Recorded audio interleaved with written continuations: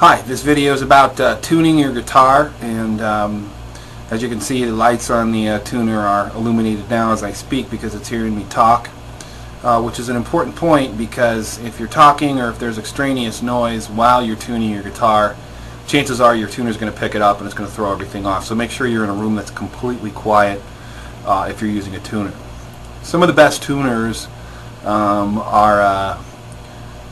well, there's lots of different types of tuners, but the ones I use, one I use is a Korg. It's K-O-R-G. You can see it under the display.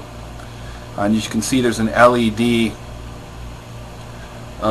moving around up here, and then there's a display here, and there's a needle that moves back and forth, and the needle you want to put right in the middle. When the needle's in the middle, the green light lights up, and that's pretty much where you want it. This over here is a flat symbol. This is a sharp symbol, the number sign, and the hash symbol. And if it's too high, it goes this way. If it's too low, it goes this way. So it's kind of hard to see the LED, but essentially there's a letter up in this upper right-hand corner, and it tells you what note you're on. And you want your guitar to be somewhat tuned when you do this.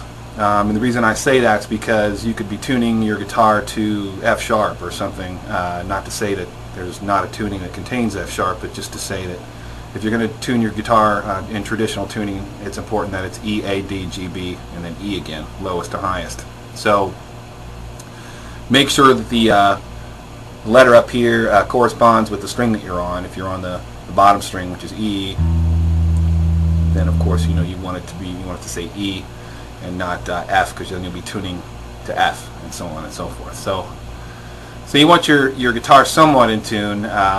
Usually it comes off. Sometimes you can get the guy at the store when you buy it to give it to you somewhat in tune. You can do sort of what's called an open tuning right there. And when you buy the tuner, then you can take it home and further delineate it and tune it up and sharpen it up a little bit.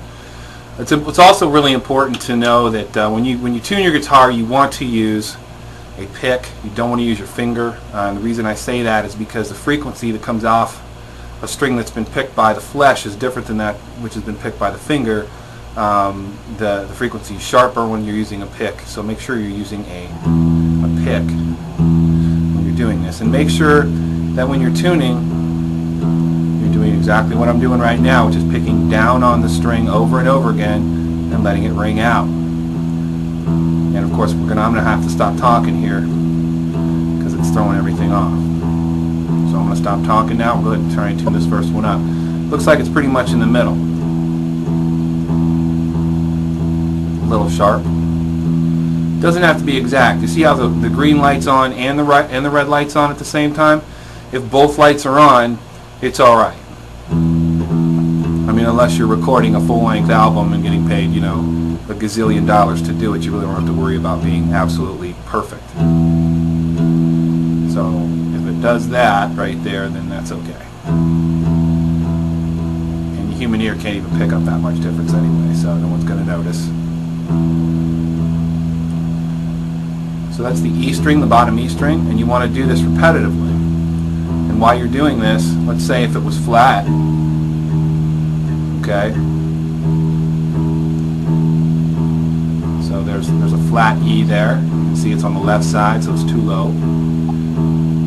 While I am strumming it, or not strumming it, but picking the string here, I'm going to reach over with my left hand to the tuning head at the top of the guitar, and I'm going to twist it while I'm plucking the string.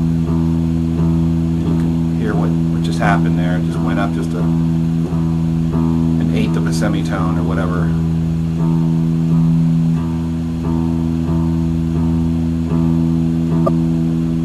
And just try and get it in the middle as perfect as you can, and then move to the next string, A, and make sure A is showing up here in the upper right hand corner.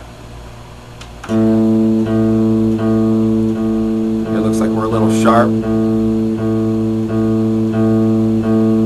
and we're talking about turning the tuning head like a hair, like it's barely. When you turn this thing, don't torque it, don't crank it around, because if you do that, I'll just give you an example of what happens. I mean, we're on a completely different note now. We're on G, okay?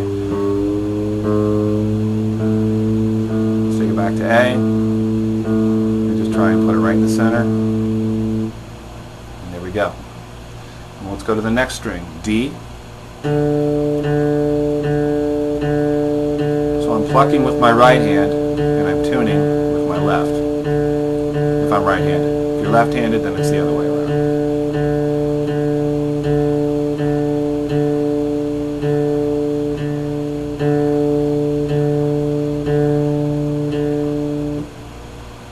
Okay, let's go over to the G string.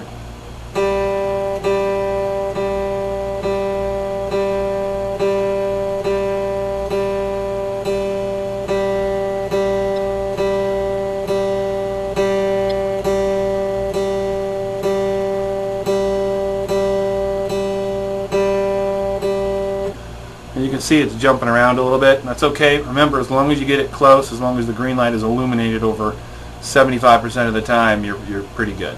Let's go to the B.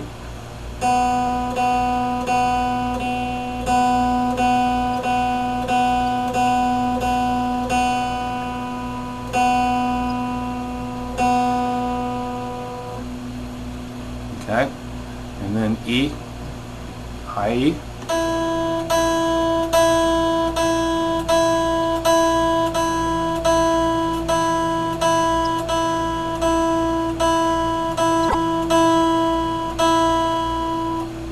And the high notes tend to jump around more than the low notes.